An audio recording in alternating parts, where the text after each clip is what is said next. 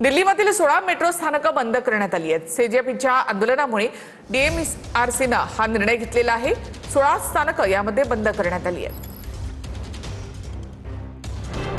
दिल्लीमध्ये सुरू असलेल्या कोकरोच जनता पार्टीच्या आंदोलनामुळे नवी दिल्ली आणि आसपासची 16 मेट्रो स्थानकं पुढील सूचना मिळेपर्यंत बंद करण्यात आली आहेत। प्रवाशांच्या सोयीसाठी राजीव चौक, मंडी हाऊस आणि केंद्रीय सचिवालय या 3 इंटरचेंज स्थानकांवर मेट्रो लाईन बदलण्याची सुविधा कायम ठेवण्यात आली आहे। दिल्ली मेट्रो रेल कॉर्पोरेशनने एक्स पोस्ट करून ही माहिती दिली आहे। सुरक्षेच्या कारणासाठी पुढील आदेश येईपर्यंत 16 स्थानकं बंद करण्यात आली आहेत।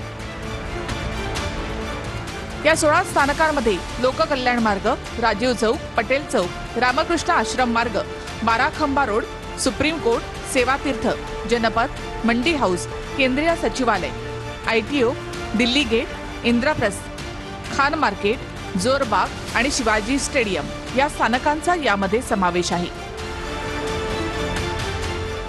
तरीही राजीव चौक, मंडी हाऊस आणि केंद्रीय सचिवालय या 3 इंटरचेंज स्थानकांवर मेट्रो लाईन बदलण्याची सुविधा कायम ठेवण्यात आली आहे।